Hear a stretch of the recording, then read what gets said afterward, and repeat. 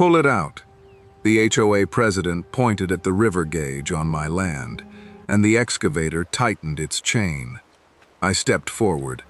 Touch that pole, and this stops being an HOA problem. She smirked.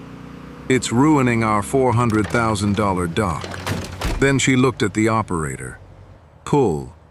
The cable snapped. The gauge slammed into the mud. I took one photo, read the serial number, and made one call.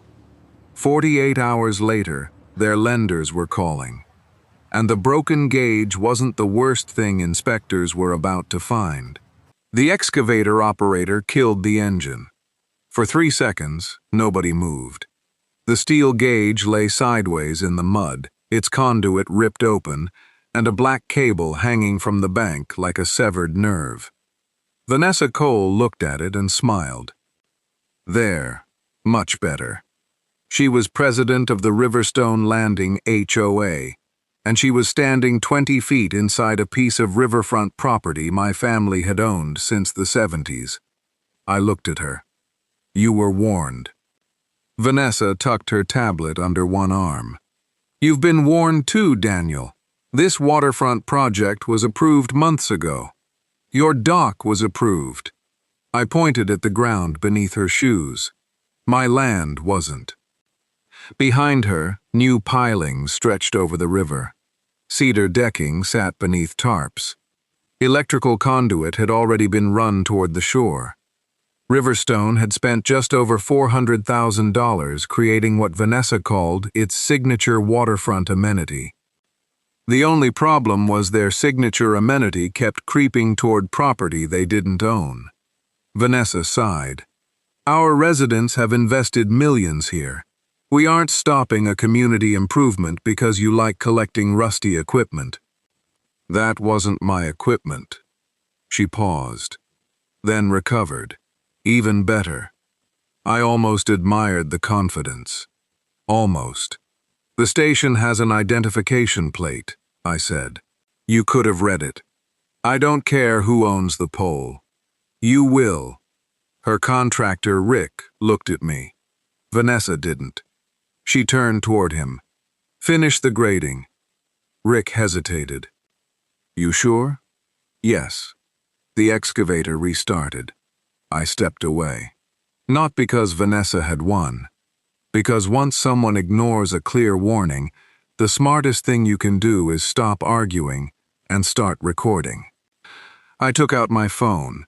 First, the gauge in the mud. Then the broken conduit. The excavator. The contractor logo. Vanessa standing beside it. Then I saw something behind a stack of lumber. An orange survey stake. Pulled from the ground, not snapped, not accidentally crushed. Pulled out and tossed aside. I picked it up. Vanessa saw me holding it.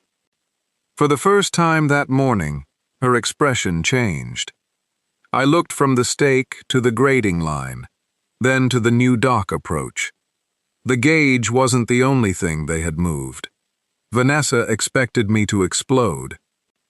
People like her usually do. If I shouted, she could call me unstable. If I threatened the contractor, she could call the sheriff. If I touched the machine, she would have a story to tell. So I gave her nothing. I walked back to my truck and took out the small waterproof notebook I had carried for years. 7:24 in the morning. Monitoring station removed. 7:27.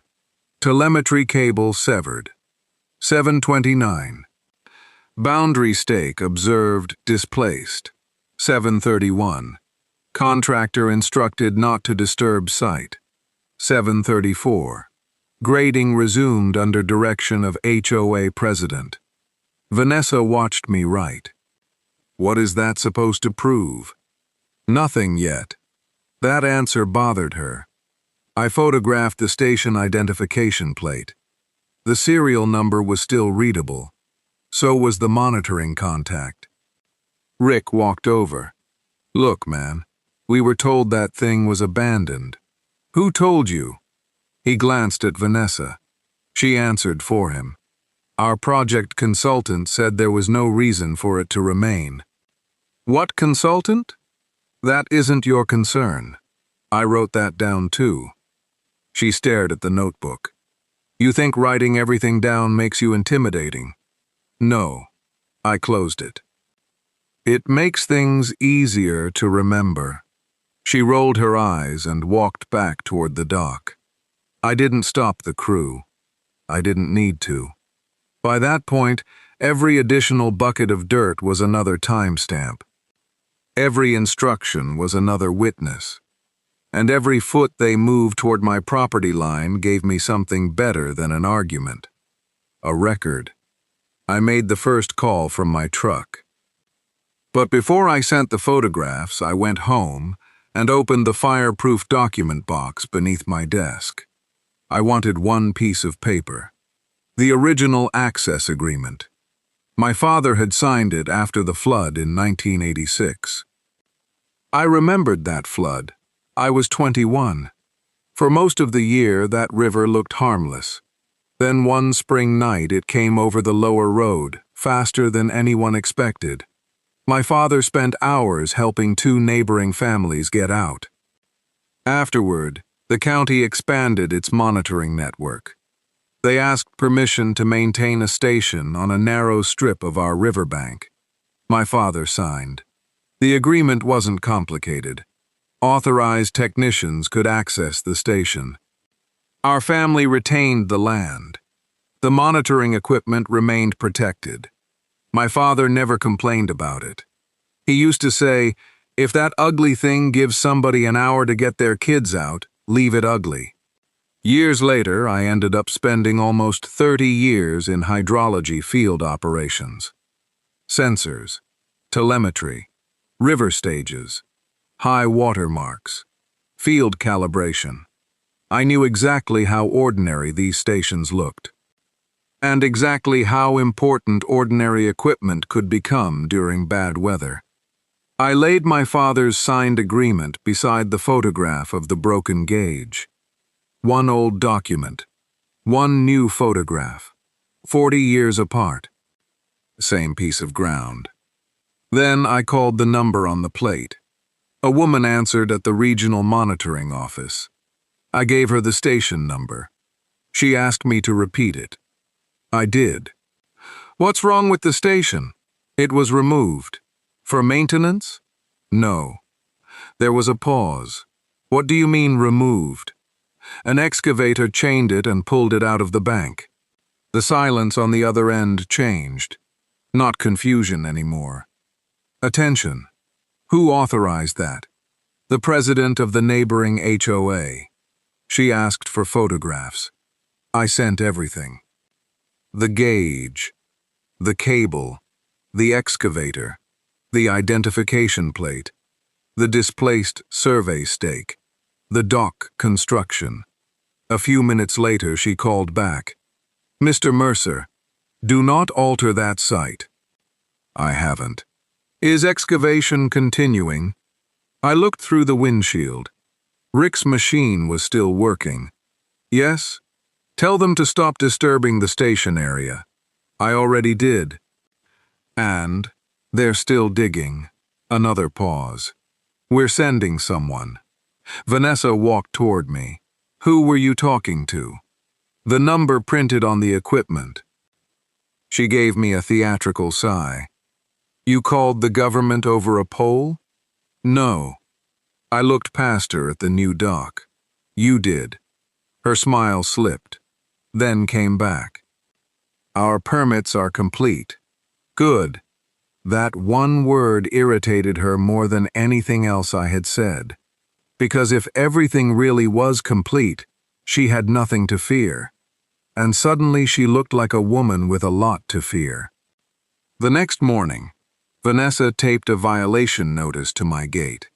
According to Riverstone Landing, I had interfered with an approved community project, maintained unauthorized equipment, created a visual obstruction, and restricted emergency waterfront access. There was just one problem. I wasn't in Riverstone Landing. Never had been. I called their management company. Can you tell me when my parcel became subject to your HOA? The young employee went quiet. I'll have to check. 10 minutes later, he called back. They couldn't find anything. I mailed a certified response. My property is not subject to Riverstone Landing HOA authority. Please preserve all records relating to entry onto my parcel, removal of monitoring equipment, alteration of boundary markers, and construction associated with the dock project. Vanessa responded by calling county code enforcement. That turned out to be her next mistake. The code officer arrived that afternoon.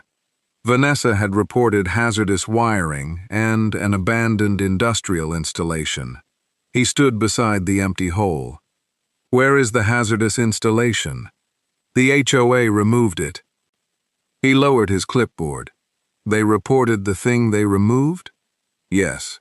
I showed him my survey, then the permit notice for the dock. He opened the county parcel map on his tablet. Zoomed in, then zoomed in again. His finger stopped.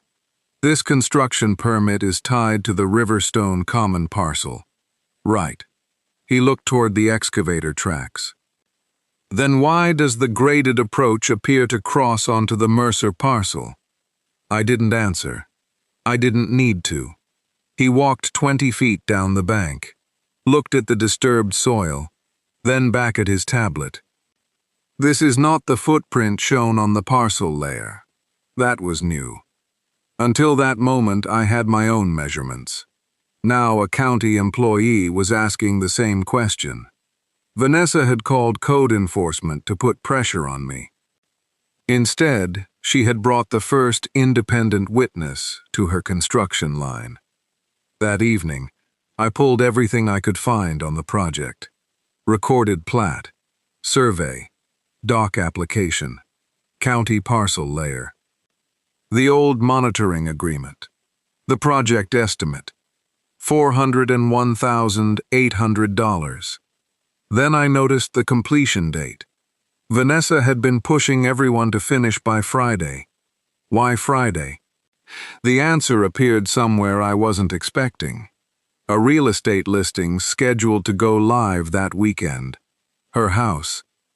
Vanessa owned one of Riverstone's premium waterfront homes. The listing photographs had already been uploaded. And the description included one line, 3 different times. Steps from Riverstone Landing's brand new private residence dock. Her asking price was significantly higher than comparable homes that had sold before the dock project. Maybe that wasn't illegal. It didn't need to be. It explained the urgency. The community improvement Vanessa had been willing to bulldoze my boundary over was about to become a selling point on her own house. Suddenly, her obsession with Friday made sense. I printed the listing, put it behind the HOA violation notice. Then I overlaid the dock plan against my survey. Most of the overwater structure sat where Riverstone intended, but the landward grading and widened approach did not. The project was bending toward my parcel, exactly where the gauge had stood, exactly where the survey stake had disappeared. Vanessa hadn't ripped that pole out because it was ugly.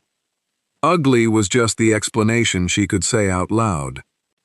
The real problem was that it sat where she wanted the approach wider, and she wanted that dock photographed before her house hit the market.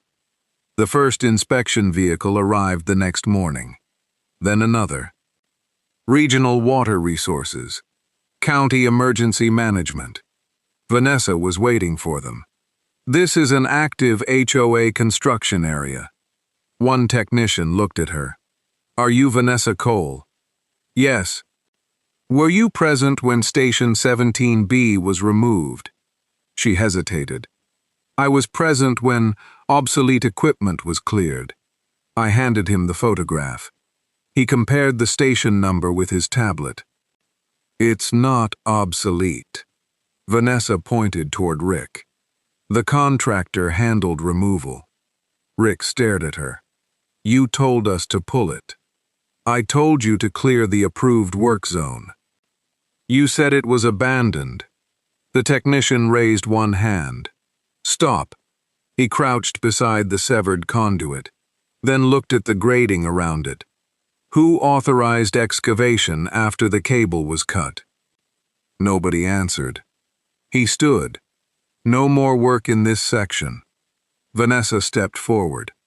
You cannot shut down a $400,000 permitted project over one metal pole. The county representative looked at her. We're not looking at one metal pole anymore. He asked for the grading plan. Rick brought out a rolled set. They laid it across the hood of a truck. And that was when one small line on one page changed the entire inspection. The floodplain development sheet contained an owner's certification. One sentence mattered. All land disturbing work will remain within Riverstone Landing Common Parcel 7.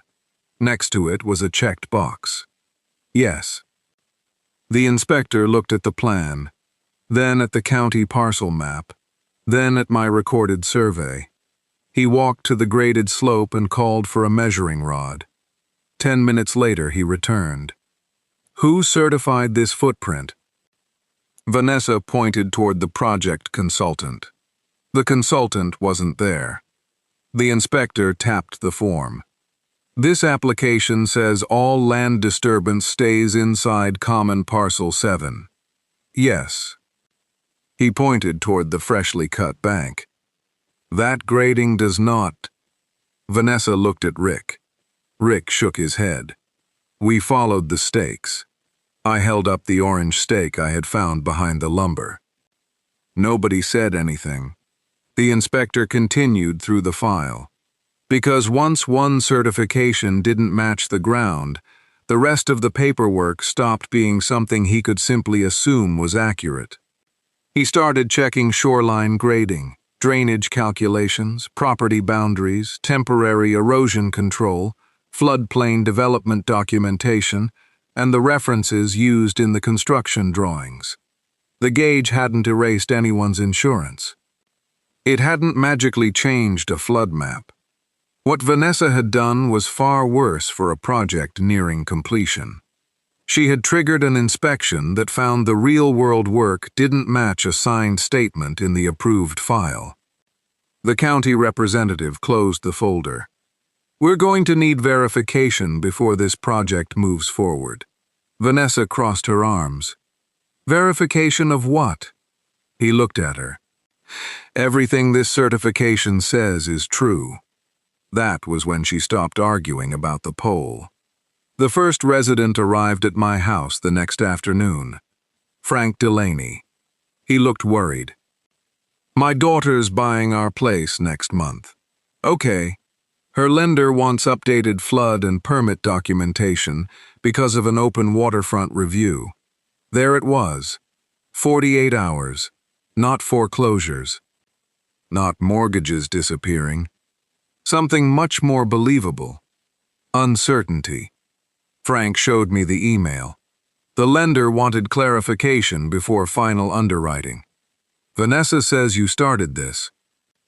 I showed him the broken gauge photograph, then the survey, then the application certification, then her violation notice against property she didn't control. Frank stared at the paper. She signed off on a project that was supposed to stay inside HOA land? That's what the form says. And it didn't? That's what they're checking. That evening, another resident called, then another. One had a refinance pending. Another was selling. A third had an insurance renewal moving through underwriting. Different institutions asked different questions, but the reason was the same. An unresolved floodplain and permitting review had appeared around a major common area project. Banks don't like unresolved questions about collateral. Insurance companies don't like missing documentation. Underwriters hate uncertainty. Vanessa had created all three with one excavator. By sunset, the Riverstone message board was full of angry posts. Why was flood equipment removed? Who approved the grading? Is the dock on HOA land? Why didn't we get a new survey? Vanessa posted a statement. This situation has been caused by misinformation from an adjacent property owner who has opposed Riverstone improvements. I printed it, added it to my binder. Then I printed the listing for her waterfront house. That went in too. Thursday night, Riverstone's community room was standing room only. Vanessa sat behind a folding table with the board. 3 binders in front of her. One attorney's chair was empty. I had 1 binder. Vanessa opened with the phrase, misinformation campaign, then regulatory overreaction, then one disgruntled neighboring owner. Eventually she said my name. Mr. Mercer has repeatedly interfered with a lawful community improvement. A voice from the back interrupted. Is the grading on his land or not? Vanessa continued as if she hadn't heard. I stood when she finished. I made 1 phone call. She stared at me. 1 phone call caused all this? No. I put the first photograph on the projector. This did. The gauge in the mud. Next. The broken cable. Next. The excavator. Next. The displaced survey stake. Next. The recorded survey. Then the county parcel map. A board member leaned forward. Vanessa, did we commission a final boundary stake before grading? She turned toward the property manager. He looked down. I placed the floodplain development certification on the screen. All land disturbing work will remain within Riverstone Landing Common Parcel 7. Someone read it aloud. Frank stood. So why did an inspector measure grading outside Parcel 7? Vanessa's voice sharpened. That finding is preliminary. Okay. Frank held up his phone. Then why is my daughter's lender waiting on it? Another resident stood. My refinance is on hold too. Vanessa pointed toward me. Because Mr. Mercer escalated a minor disagreement. I opened the binder again and put her house listing on the screen. The room changed. Brand new private residence dock. Featured amenity. Listing scheduled that weekend. 1 board member stared at Vanessa. You're selling? She didn't answer. You were pushing us to finish this project before your listing. This has nothing to do with my house. Maybe legally, she was right. Emotionally, she had lost the room. Because now everyone could see what community urgency had looked like from her side of the river.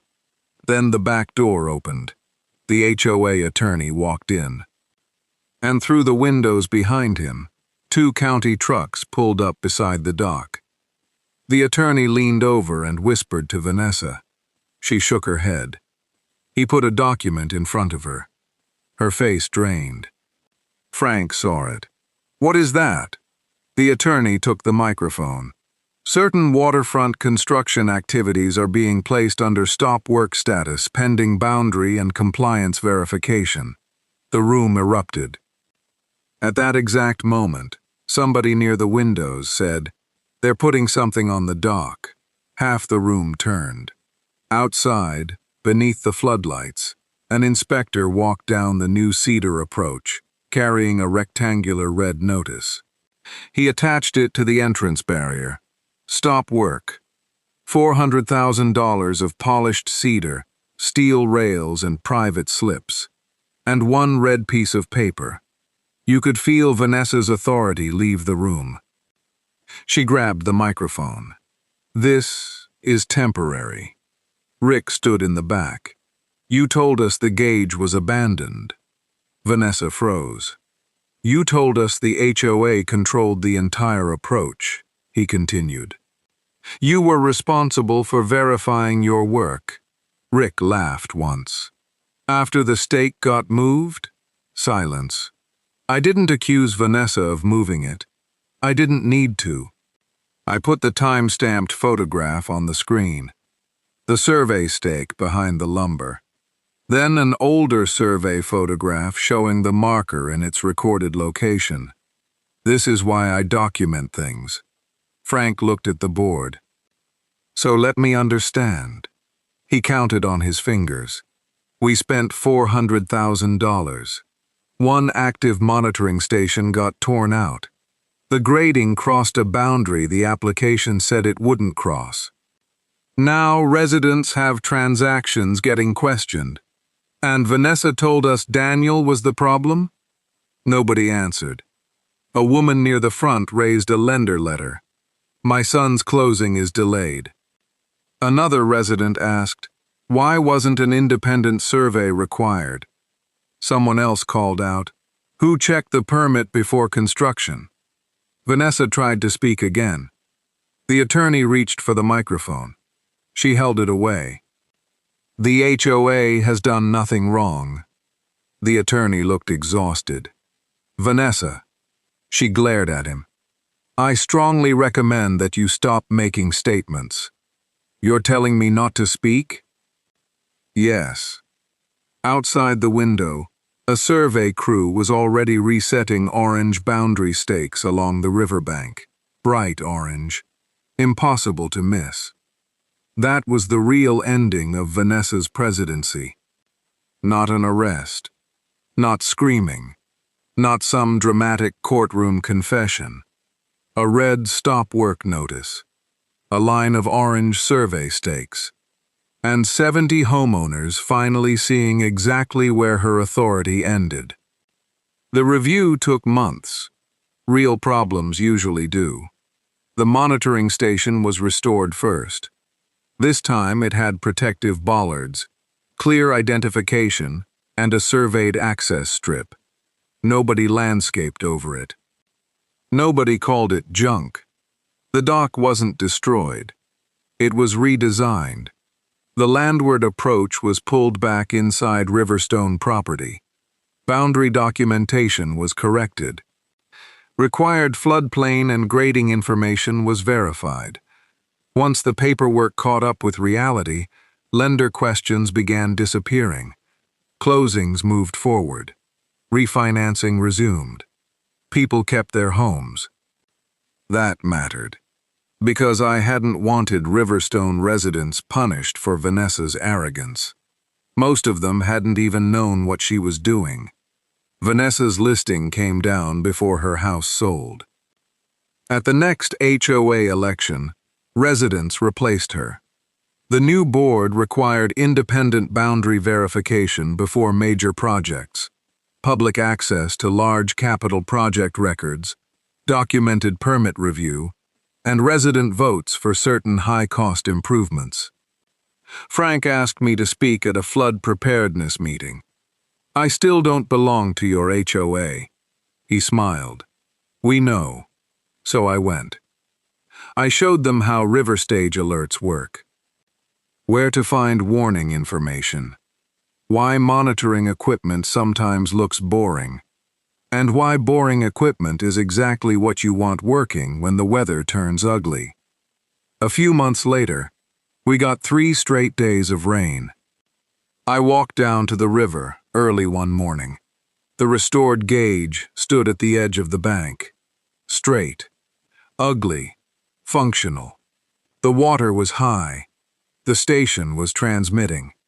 Warnings were going out. People downstream knew what was happening. I thought about my father, about the piece of paper he had signed after the flood, about Vanessa's $400,000 dock a short distance downstream. She had thought the most valuable thing on that riverbank was polished cedar, steel railings, and private boat slips. She was wrong. The most valuable thing was the ugly steel pole nobody noticed until it was gone. Because property lines don't care about prestige. Records don't care about titles. And the river definitely doesn't care who the HOA president is. Sometimes the difference between authority and entitlement is one survey, one serial number, one photograph, and knowing when not to yell. Vanessa thought silence meant I had given up. She never understood. I wasn't being quiet. I was keeping records.